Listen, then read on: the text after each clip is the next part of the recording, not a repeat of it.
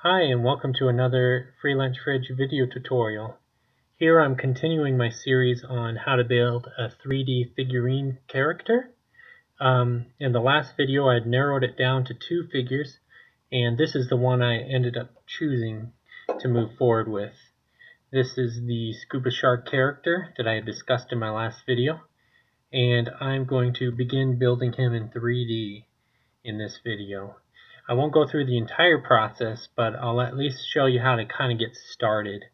So what I like to do is pull up my image that I've decided on just in Windows here, and then I'll have zBrush up separately, and then I can flip back and forth between the two as I'm building.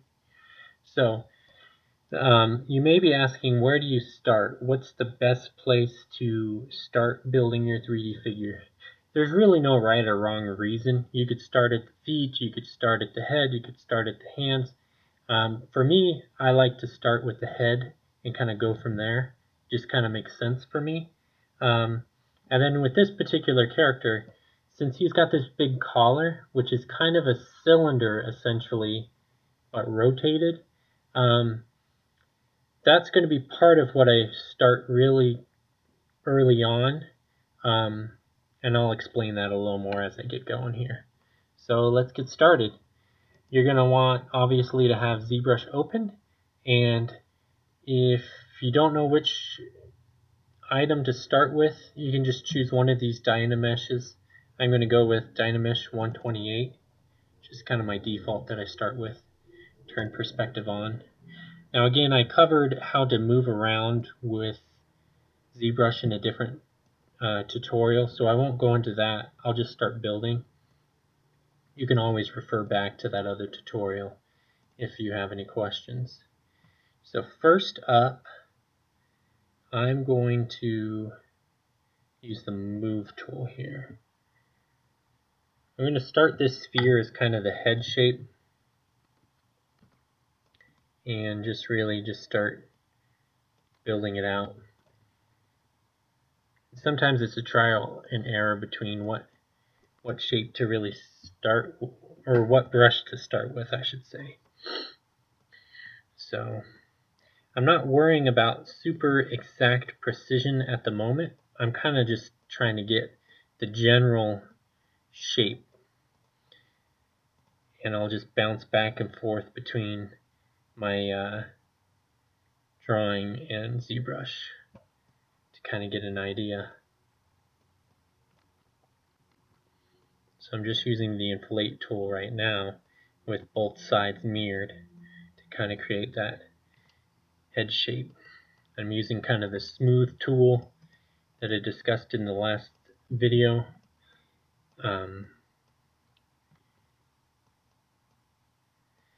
To smooth it out as I'm going. I'm using Alt on the keyboard to do reverse of what the tool does. So since this tool inflates, if I hold down Alt, it'll deflate a particular area. Get kind of the neck shape in here.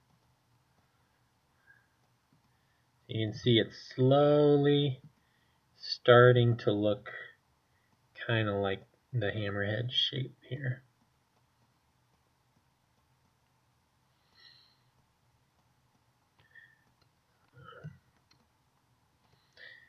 And just go back here to kind of get an idea. So his neck's pretty thick. It's good to kind of talk yourself through it as you're working on it. At least that's what I like to do.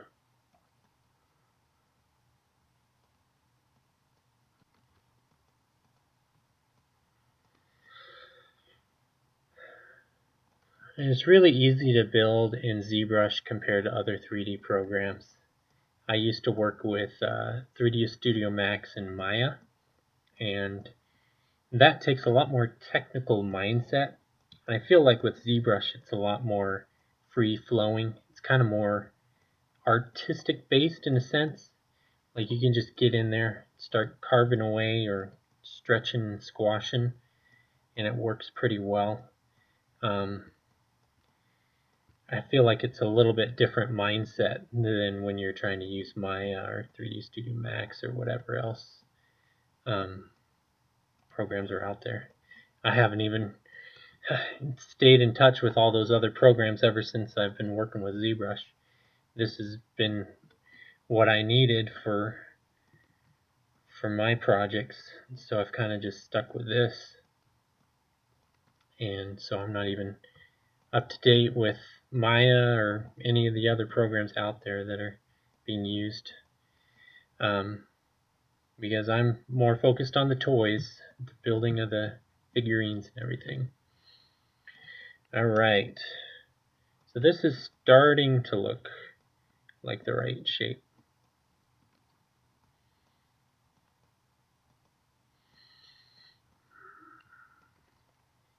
Let's see here. You can kind of flip back and forth to see. But yeah, that's starting to look like the right shape.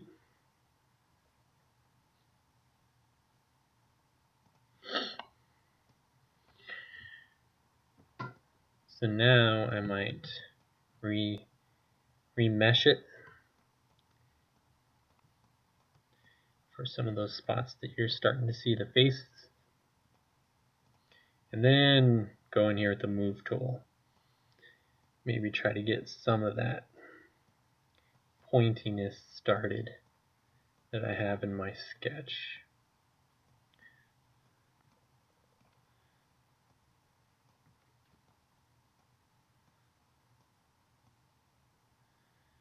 And it's always good to try to start as general and basic as you can before carving in a bunch of little details, because you want to make sure that the overall shape is correct before you start adding all the little detail, like this line across his face where the two colors meet, or his mouth and lip and teeth and all of that. You want to make sure that the general shape is correct first.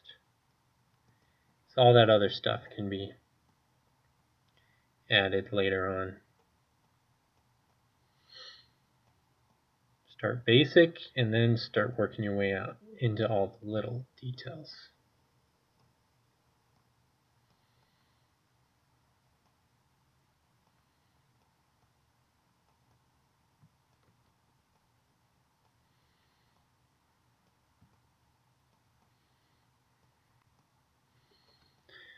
There's not really a 1, 2, 3 step for this.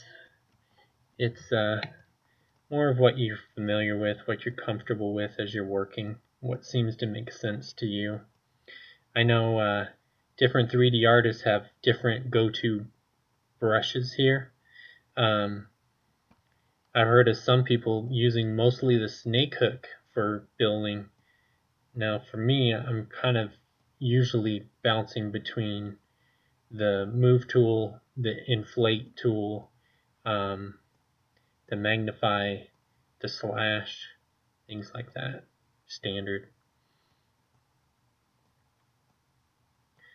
But I mean, just pick the brushes that seem to make sense for you, and like I said, you can change the intensity too if it's pulling something out too quickly or making something too big too fast.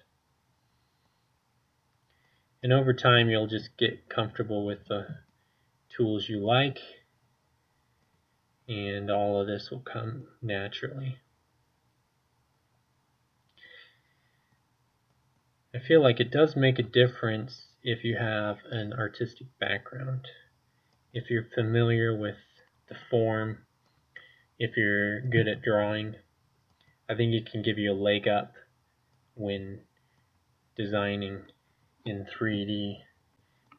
Although I know some people that are not the greatest draftsmen or sketch artists, but they're incredibly good at building things in 3D. So you don't necessarily have to be great at sketching to do 3D, but certainly helps in my opinion. Alright, I think that's getting closer. generally the right shape. I'll be tweaking it some more. Now, one thing I forgot to mention that I should is, you see I'm only working off of one drawing, which is kind of a front view of this scuba shark guy. A lot of times when building in 3D, you'll have like a front view, a side view, and a back view, maybe even a 3/4 view. And generally that's good to have, especially if you're just starting out. It might be nice to give yourself all three to look at while you're working. For me, since I've been doing this a long time, and since this is my own original character, I'm very familiar with it, and so I can just work off of the one sketch, and it seems to work pretty well for me. But if you're sending it out to a 3D artist to do, or if you're working off of somebody else's character, it's best to have a few different views of that character so you can really get it honed in well.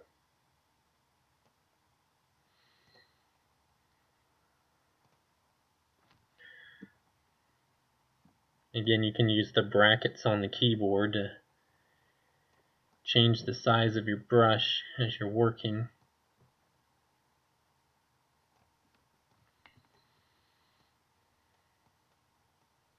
And I'm not going to go into too much detail here on this before I start adding the other shapes. I just want to kind of get a general concept, so I feel pretty good about it before I move into the other parts of the figure.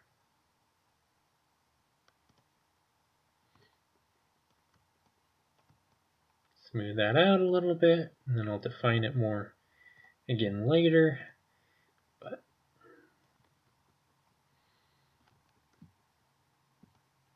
this,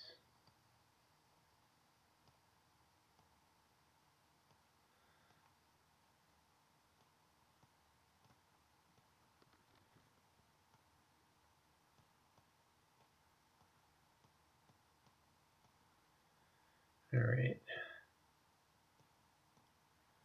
I'm not worried about the eyes because I'm going to make those as separate shapes that are going to be added in spheres.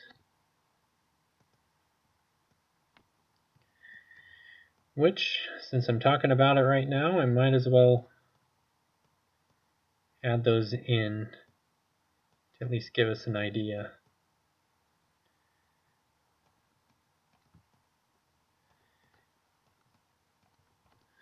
Alright, so I'm going to go ahead and insert sphere. And then you can see it barely back here, but you can just click on it on the subtool palette too. Kind of show the backside here so it can kind of see it. Go down to deformation and size it over here. I know a lot of people size things using the scale tool here, but for me I like to have a little more control, so a lot of times I'm in this deformation palette doing my edits there, because I feel like I can have a little more control over what's happening as I'm working on this. I'm just kind of moving it in place very precisely with this deformation palette here.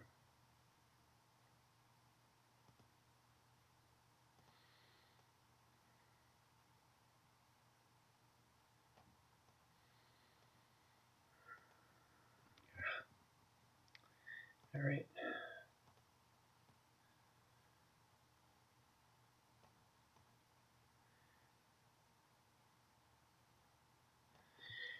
Let's see what I got. All right. Eyes a little bit big. I probably need to move my brow up a little bit.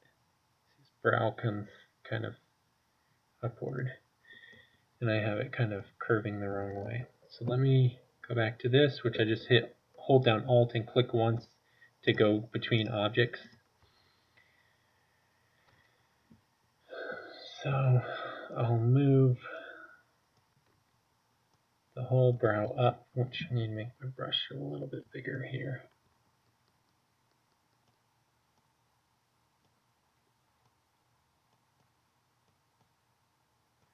Not worried too much about precision because I'm going to go back and tweak some of the little things like this little spot in here.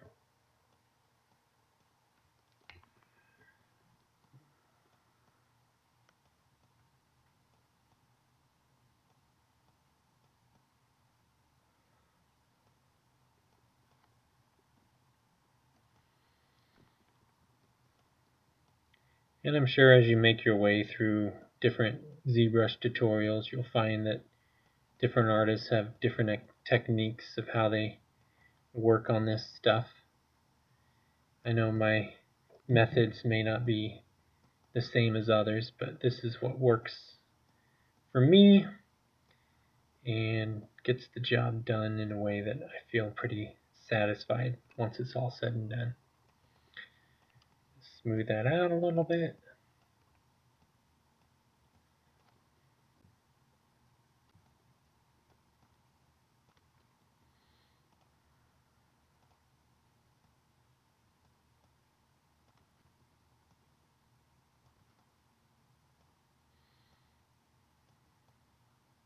And you probably notice that I kind of move around the figure a lot as I'm working. I rotate the camera view a lot.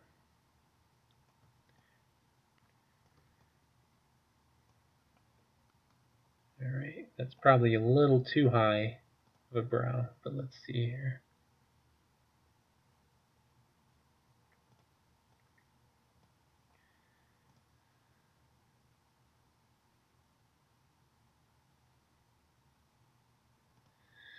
It's getting there.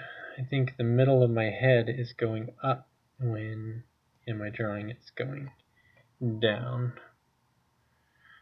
So I'll move that down.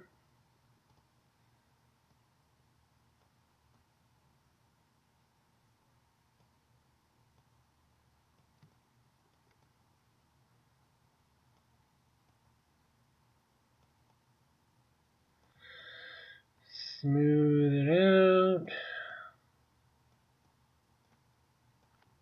Sometimes it helps to kind of turn to different angles so you can see where little bumps are.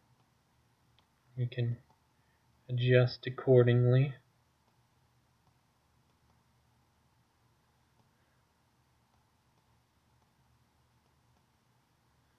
Alright. Oops.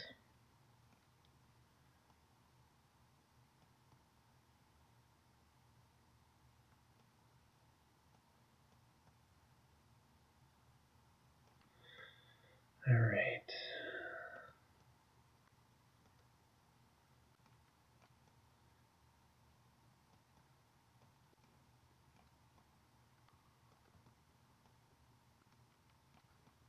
Alright, here we go.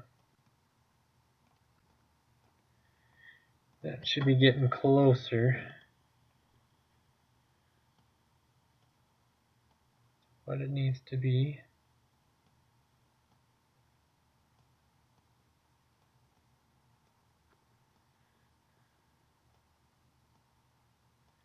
And it's okay to work on a part of it a little bit and then come back to it, work on something else, and then jump back to the object like the head after you've gotten other parts done.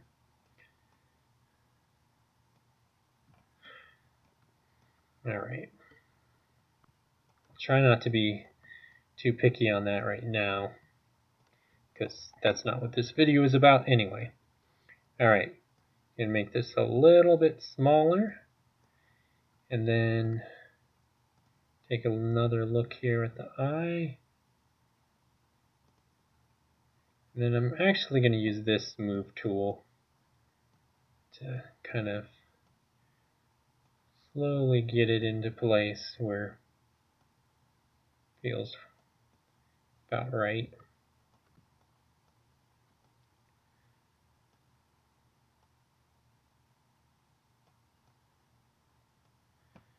Alright. Let's see how that compares to the drawing.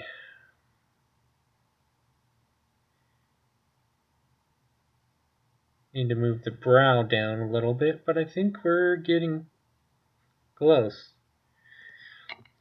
I'm actually going to squish this sphere a little bit, so it's a slight bit of an oval. I might have done it too much there. Alright.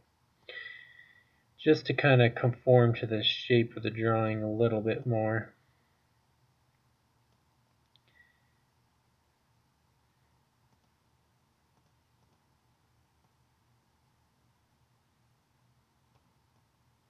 Alright.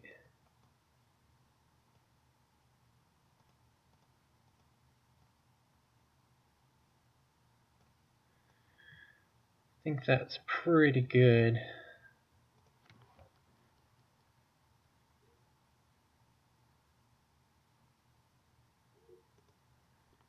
If I move it in just slightly.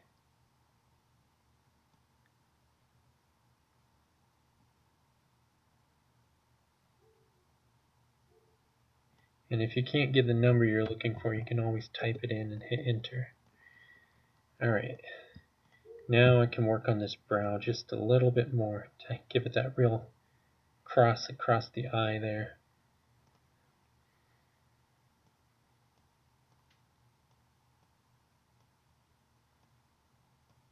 Yeah.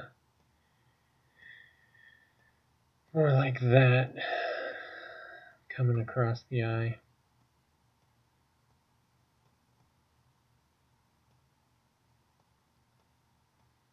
Since you're mirroring, it doesn't matter whether you work on the left or the right side. Sometimes it's easier to grab from one side or the other, kind of bounce from the left and the right on either side of the figure as you're working on it, if you're working on something that's mirror image of each other, which we are at the moment.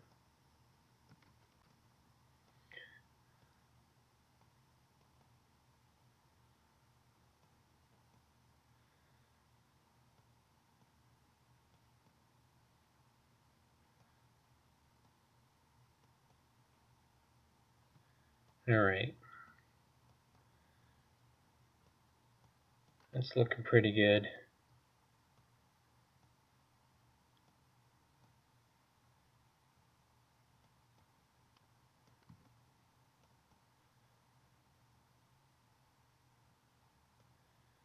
Looking pretty good.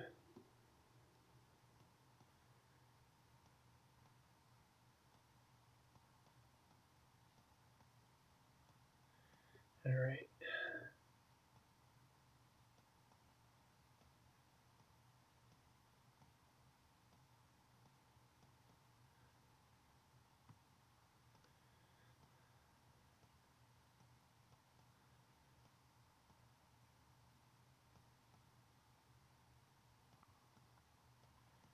Smooth that out a little bit. And then I'm going to use my remeshing here, holding down control and clicking and dragging off the figure. Alright, that's good enough for the time being on the head. I can add the other shapes in here.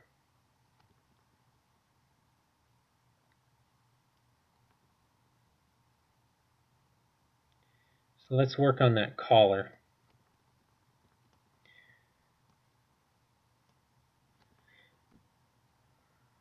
And of course I can't let it go. There's a little bit back here that I want to tweak on. There's always something. Kind of working your way around the figure.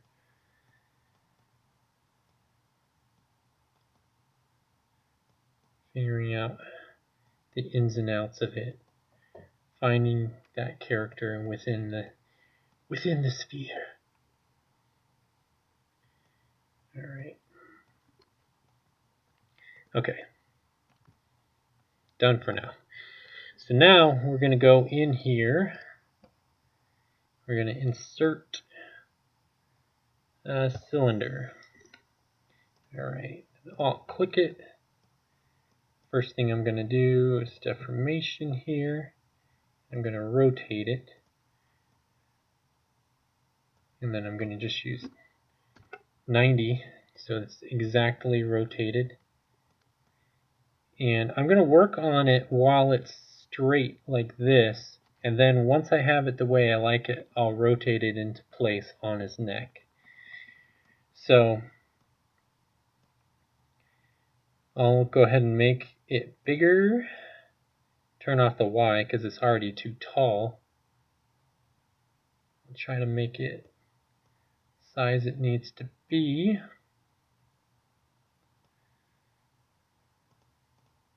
Can always hit undo if you accidentally hit something that you're not supposed to. Alright. And I'll just move it down a little bit so I can kind of see what I'm working on as I'm working on it. It looks close to the right size. Jump back here. Yeah, that's pretty close.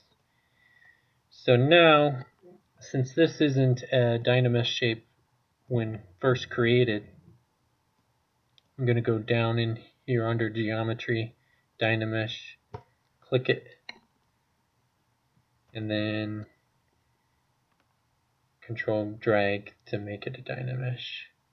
And then at this point, I can go into Deformation, try to smooth it out a little bit to get rid of a little bit of those lines. Inflate it a little, not that much. Smooth.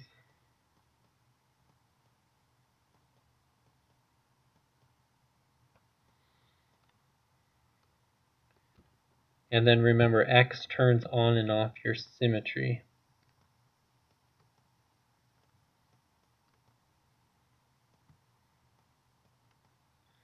Alright.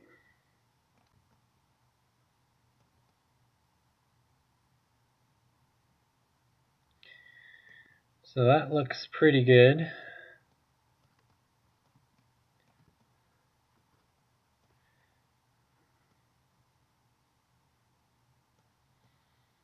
There we go. So that's just about the right size, I feel like, and everything. I think I got lucky there. Maybe just a smidge smaller. So I'll do that uniformly.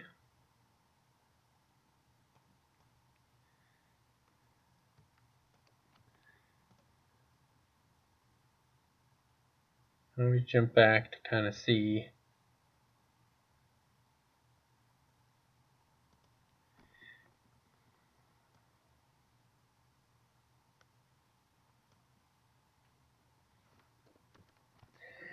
Alright. So at this point you'll see the cylinder, you know, it's a collar, so it's got a cut through it for the scuba suit. He's obviously inside of it. So I need to cut a hole into this cylinder. So the first thing I'm going to do is go up here to Subtools, and I'm going to duplicate this cylinder, and then under Deformation I'm going to size it down a little bit for the inner collar. You don't want to make this collar too thin, because when 3D printing something small, you want to make sure that everything that you create is not going to end up too thin.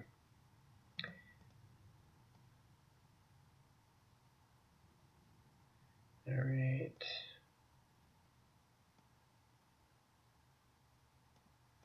So now I've made it taller than the outer collar, because you want this to cut all the way through the top and the bottom here of this collar, like so.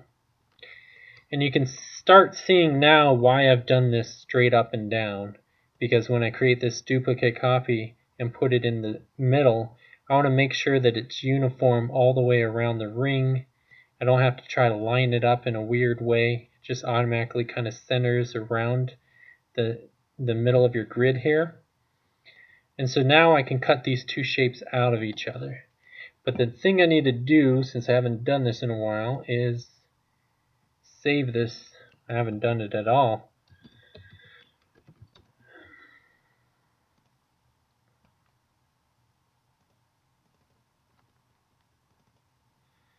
Alright. So that's saved. So now I can go in here and look at these two objects. And I think I'm going to move this one underneath that one. So the shape I'm going to cut out, I want to choose this other option here. Can't remember what it's called, but where it shows like a circle cutting from another circle. And then I believe, now you'll have to forgive me if I have to redo this because this is always a little bit of a tricky step, but I believe at this point I click here on the top layer, the wider cylinder, and then I'm going to go to down to merge down, hit OK, and then before I do anything else, click and drag off to the side here, holding down Control, and that should have cut it out from each other and remove the inner shape. But of course, it didn't. So this is a step that I'm always doing backwards at first. So let's just go ahead and open up that other file and we'll give it another shot.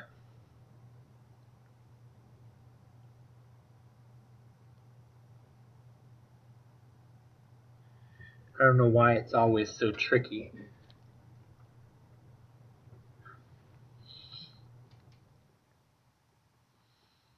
Alright, now I have that file open again with the two separate shapes. I'm going to leave the little one on top and then change it to the cut shape, and then let's try merging down again, and then click and drag. And of course it didn't do it again. Alright, one more try.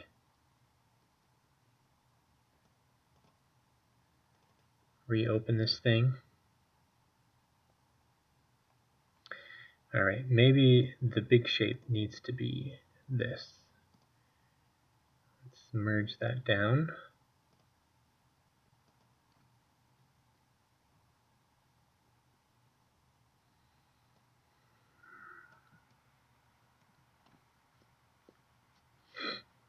Man, for the life of me,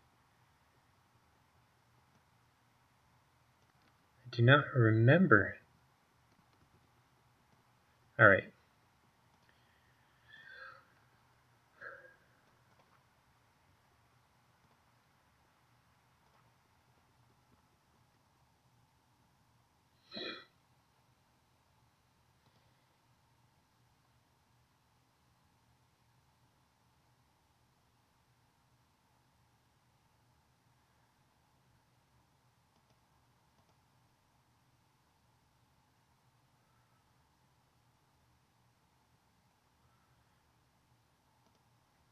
Move that up.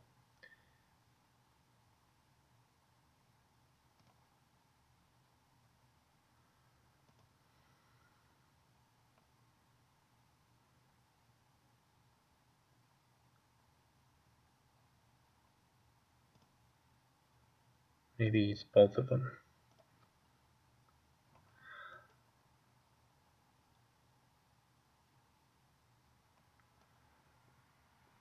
Nope.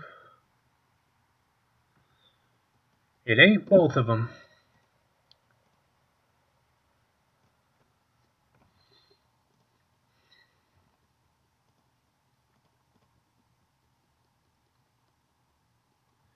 Just so I don't have to keep reopening this file, I'm going to just insert two more shapes.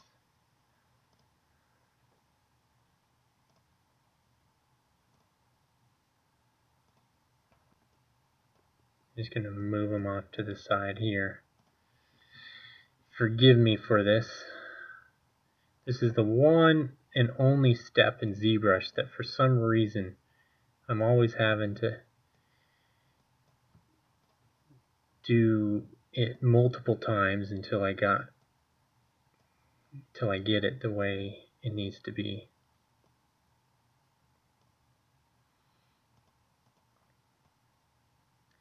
Alright, so we'll call that cube the big shape. We'll call this cylinder the small shape.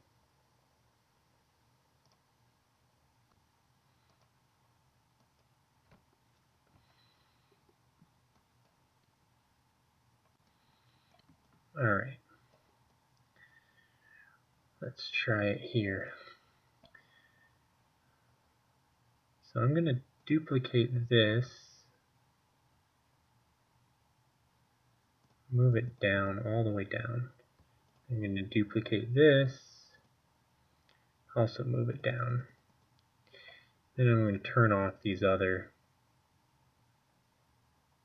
objects. Alright, so now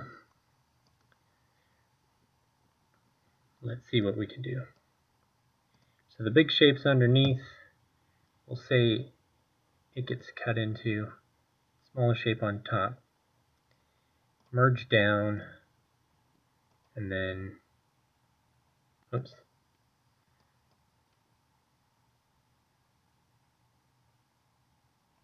There. Well, it worked that time. So let's go back here, see if we get lucky. So it was big shape underneath, small shape on top, and the big shape gets the switch in options here. So let's merge down. Okay.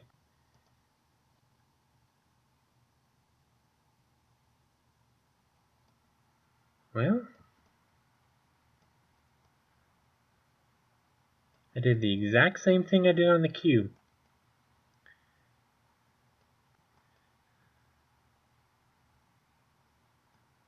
No success.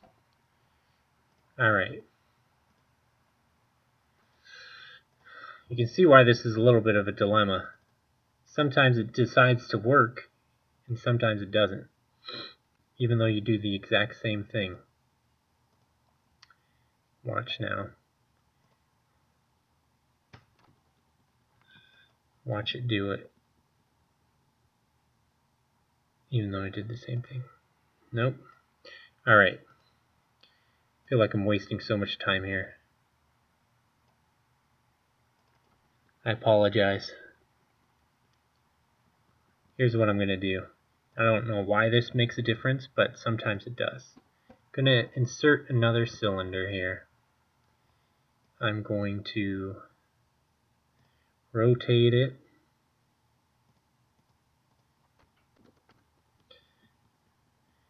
Size it to that inner ring here.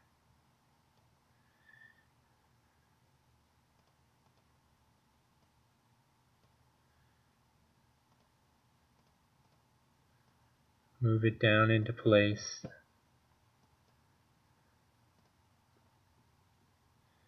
And then let's see if I can merge these two.